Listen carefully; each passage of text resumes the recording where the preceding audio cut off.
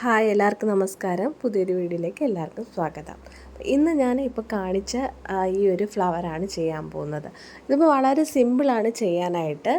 അപ്പോൾ അതിനായിട്ട് നമുക്ക് കളർ പേപ്പറും ഫെവിക്കോളും മാത്രം മതി. അപ്പോൾ എങ്ങനെയാണെന്ന് ചെയ്യാം. എങ്ങനെയാണെന്ന് നമുക്ക് നോക്കാം. അപ്പോൾ ഇതിനായിട്ട് ഞാനൊരു യെല്ലോ കളർ പേപ്പറും ഗ്രീൻ കളർ പേപ്പറുമാണ് എടുത്തിരിക്കുന്നത്. അത് നമുക്ക് ഇതേപോലെ മടക്കിയെടുക്കാം. അത് സ്ക്വയർ ഷേപ്പിൽ ഞാൻ ഓൾറെഡി കട്ട് ചെയ്ത് വെച്ചതാണ്. ഇനി നമുക്ക് ഇത് ഒരു 3 തവണ അതൊരു ട്രയാങ്കിൾ ഷേപ്പിൽ നമുക്ക് അത് മടക്കിയെടുക്കാവുന്നതാണ്. അപ്പോൾ എൻ്റെ ചാനൽ നിങ്ങൾ ആദ്യമായിട്ട് കാണുകയാണെങ്കിൽ എൻ്റെ ചാനലൊന്ന് സബ്സ്ക്രൈബ് ചെയ്യുക. കാരണം ഞാൻ പുതിയതായിട്ടാണ് വീഡിയോസൊക്കെ ഇടുന്നത്. അപ്പോൾ നിങ്ങൾക്ക് ഇഷ്ടമായിട്ടുണ്ടെങ്കിൽ ചാനൽ സപ്പോർട്ട് ചെയ്യുക. അപ്പോൾ അങ്ങനെയാണെങ്കിൽ എനിക്ക് പുതിയ പുതിയ വീഡിയോസൊക്കെ ഇടാൻ പറ്റും. നല്ല നല്ല കണ്ടൻറ്റുകൾ എനിക്ക് ഇടാൻ പറ്റുന്നതാണ്. അപ്പോൾ നിങ്ങളെ സപ്പോർട്ട് തീർച്ചയായിട്ടും വേണം. കാരണം ഞാനിപ്പോൾ വീഡിയോ എടുക്കുന്നത് രാത്രി ടൈമിലാണ്. അപ്പോൾ എനിക്ക് 2 കുഞ്ഞുങ്ങളാണുള്ളത്. ഒരാൾക്ക് ഇപ്പം നാളെ 2 വയസ്സാവത്തേ ഉള്ളൂ. മൂത്ത കുഞ്ഞിന് 5 വയസ്സാണായിരിക്കുന്നത്. അപ്പോൾ മോർണിംഗിൽ എനിക്ക് ചെയ്യാൻ പറ്റില്ല, അവരെല്ലാം എടുത്തിട്ട് പോകും. അപ്പോൾ അത് കാരണം ഞാൻ നൈറ്റിരുന്നാണ് ഈ വീഡിയോസൊക്കെ ചെയ്യുന്നത്. അപ്പോൾ നിങ്ങളെല്ലാവരും എൻ്റെ ചാനൽ സബ്സ്ക്രൈബ് ചെയ്യുമെന്ന് ഞാൻ വിചാരിക്കുന്നു.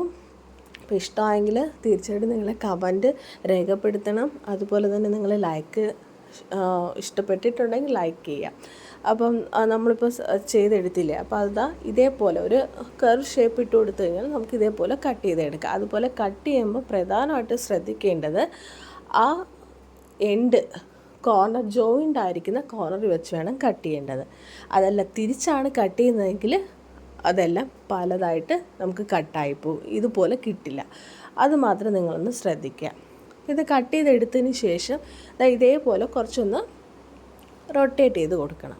അപ്പോൾ നമുക്ക് ആ ഫ്ലവറിൻ്റെ ആ ഒരു ഷേപ്പ് കിട്ടും. ഇനി നമ്മൾ എന്ത് ചെയ്യുന്നു വെച്ച് കഴിഞ്ഞാൽ അതിൻ്റെ ഒരു ഇതൾ മാത്രം കട്ട് ചെയ്ത് കളയുക. അപ്പോൾ അത് കട്ട് ചെയ്ത് കളഞ്ഞിട്ട് ഫെവിക്കോൾ എടുത്ത് നമുക്കവിടെ ഒട്ടിച്ചു കൊടുക്കാം. ഇനി നമ്മളിത് ഒട്ടിച്ച് കഴിഞ്ഞാൽ ഇതിനകത്ത് ആ ഒരു നടുക്കായിട്ട് നമുക്ക് ഒന്നീ വൈറ്റ് പേളുണ്ടെങ്കിൽ അത് നമുക്ക് ഒട്ടിച്ചു കൊടുക്കാം.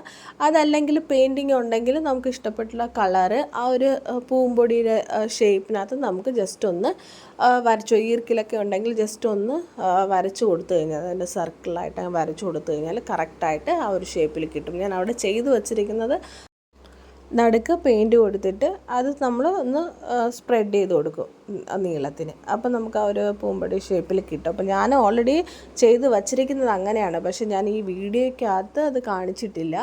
അപ്പോൾ അതെനിക്ക് വീഡിയോ എടുക്കാനായിട്ട് മിസ്സായിപ്പോയി, അത് ഞാൻ എടുത്തിട്ടില്ല. അപ്പോൾ ജസ്റ്റ് നിങ്ങൾക്ക് വേണമെങ്കിൽ അങ്ങനെ ചെയ്യാം. അതല്ലെങ്കിൽ നടുക്ക് ഫെവിക്കോൾ വെച്ചിട്ട് നമുക്ക് വൈറ്റ് കളർ പേളുണ്ടെങ്കിൽ അത് ജസ്റ്റ് ഓരോ ഫ്ലവറിൻ്റെ നടുക്കുമായിട്ട് നമുക്ക് ഒട്ടിച്ചു കൊടുക്കാവുന്നതാണ്. അപ്പോൾ ഇനി നമുക്ക് അടുത്തത് ഇതിനകത്ത് നമുക്ക് ഈ ഫ്ലവേഴ്സ് ഒട്ടിക്കണമെങ്കിൽ അതിന് തണ്ട് വേണമല്ലോ. അപ്പോൾ തണ്ട് ചെയ്യാനുള്ള പേപ്പറാണ് ഞാനിപ്പോൾ കട്ട് ചെയ്തെടുത്തിട്ടുള്ളത്. ഇത് നമ്മൾ റൊട്ടേറ്റ് ചെയ്തെടുക്കണം. റൊട്ടേറ്റ് ചെയ്തെടുത്തതിന് ശേഷം നമ്മൾ ചെയ്ത് വച്ചിരിക്കുന്ന ഈ ഫ്ലവറിനും അതിൻ്റെ ഇപ്പം നമ്മൾ ഫ്ലവർ മാത്രമേ വച്ചിട്ടുള്ളൂ. അപ്പോൾ അതിനകത്ത് തണ്ട് വച്ചിട്ടില്ല. അപ്പോൾ അതിനകത്ത് നമ്മൾ തണ്ട് വെക്കണം. അപ്പോൾ അതിന് വേണ്ടി ഇപ്പോൾ ഇത് നമ്മൾ ബേസിക്കായിട്ട് അതിൻ്റെ ബേസ് വെച്ച് കൊടുക്കാനുള്ള തണ്ടാണ് ചെയ്യുന്നത്. അപ്പോൾ ഫ്ലവർ ചെയ്യാനായിട്ട് നമ്മൾ ചെറിയ പേപ്പർ കട്ട് ചെയ്തെടുത്താൽ മതി. അത് ഇതേപോലെ തന്നെ റൊട്ടേറ്റ് ചെയ്ത് എടുക്കണം.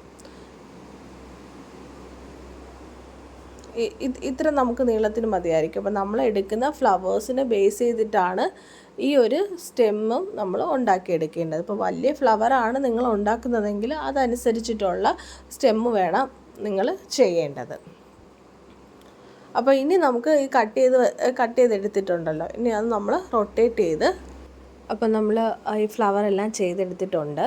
അതുപോലെ നമ്മൾ ഈ ഫെവിക്കോൾ ഒട്ടിച്ചു കൊടുത്തിരിക്കുകയല്ലേ, അപ്പോൾ അത് കുറച്ച് ഉണങ്ങാനായിട്ട് സമയമെടുക്കും.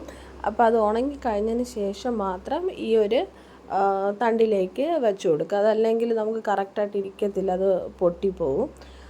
ഓക്കെ, അപ്പോൾ ഇനി നമ്മൾ എന്താ ചെയ്യേണ്ടതെന്ന് വെച്ച് കഴിഞ്ഞാൽ ഈ സ്റ്റെമ്മിനകത്ത് അപ്പോൾ നമ്മൾ ഈ ഒരു ഫ്ലവേഴ്സൊക്കെ എടുത്തിട്ടില്ല. അപ്പോൾ നമുക്ക് ആവശ്യമായിട്ടുള്ള ഇപ്പോൾ കുറച്ച് നീളം അധികം ആണെങ്കിൽ നമുക്കത് കട്ട് ചെയ്തിട്ട് അതിൻ്റെ സൈഡിൽ ഗമ്മ് തേച്ചിട്ട് ഈ തണ്ടിൻ്റെ തന്നെ സൈഡിലാണ് ഈ ഫ്ലവർ നമ്മൾ വെച്ച് കൊടുക്കേണ്ടത്.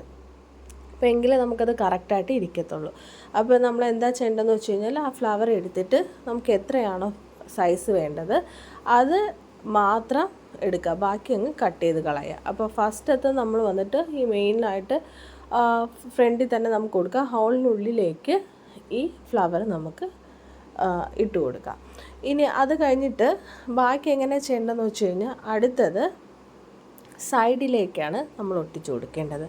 അപ്പോൾ സൈഡിൽ ഒട്ടിച്ചു കൊടുക്കുകയാണെങ്കിൽ നമുക്ക് കറക്റ്റായിട്ടിരിക്കും. അല്ലെങ്കിൽ നമുക്ക് നമ്മൾ ഫസ്റ്റായിട്ട് ചെയ്യുകയാണെങ്കിൽ നമുക്കിത് എവിടെയാണ് ഒട്ടിച്ചു കൊടുക്കേണ്ടതെന്നുള്ളൊരു ബുദ്ധിമുട്ട് വരും. കാരണം കറക്റ്റായിട്ട് ആ ഫ്ലവേഴ്സ് നമ്മൾ കൊടുക്കുന്ന സമയത്ത് അത് കാണാനായിട്ടൊരു ഭംഗി ഉണ്ടാവില്ല. അപ്പോൾ അങ്ങനെ ഒരു കൺഫ്യൂഷൻ വരാം. അത് ചെയ്ത് നോക്കുമ്പോഴേ നമുക്ക് മനസ്സിലാവത്തുള്ളൂ. അപ്പോൾ നമ്മൾ ചെയ്യാൻ എടുക്കുമ്പോഴാണ് ഓക്കെ ഇങ്ങനെയൊക്കെ ബുദ്ധിമുട്ട് വരുമെന്ന് അറിയുന്നത്. അപ്പം ഞാൻ ഫസ്റ്റ് ചെയ്യുമ്പോൾ എനിക്കിതുപോലെ പ്രോബ്ലം ഉണ്ടായിരുന്നു. അപ്പോൾ അതുകൊണ്ടാണ് ഞാൻ നിങ്ങളോട് പറഞ്ഞത്. ഈസി അല്ല, കുറച്ചൊരു ബുദ്ധിമുട്ടൊക്കെ ഉണ്ട്.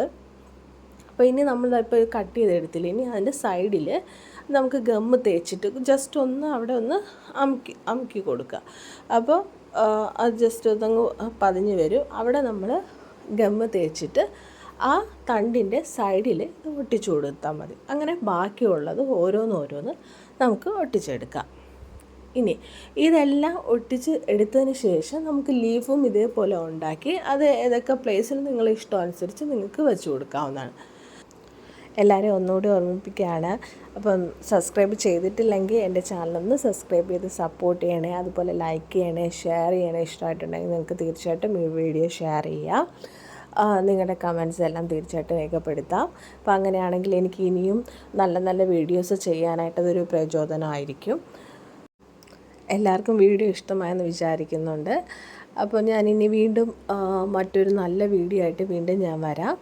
അതുവരേക്ക് ബൈ.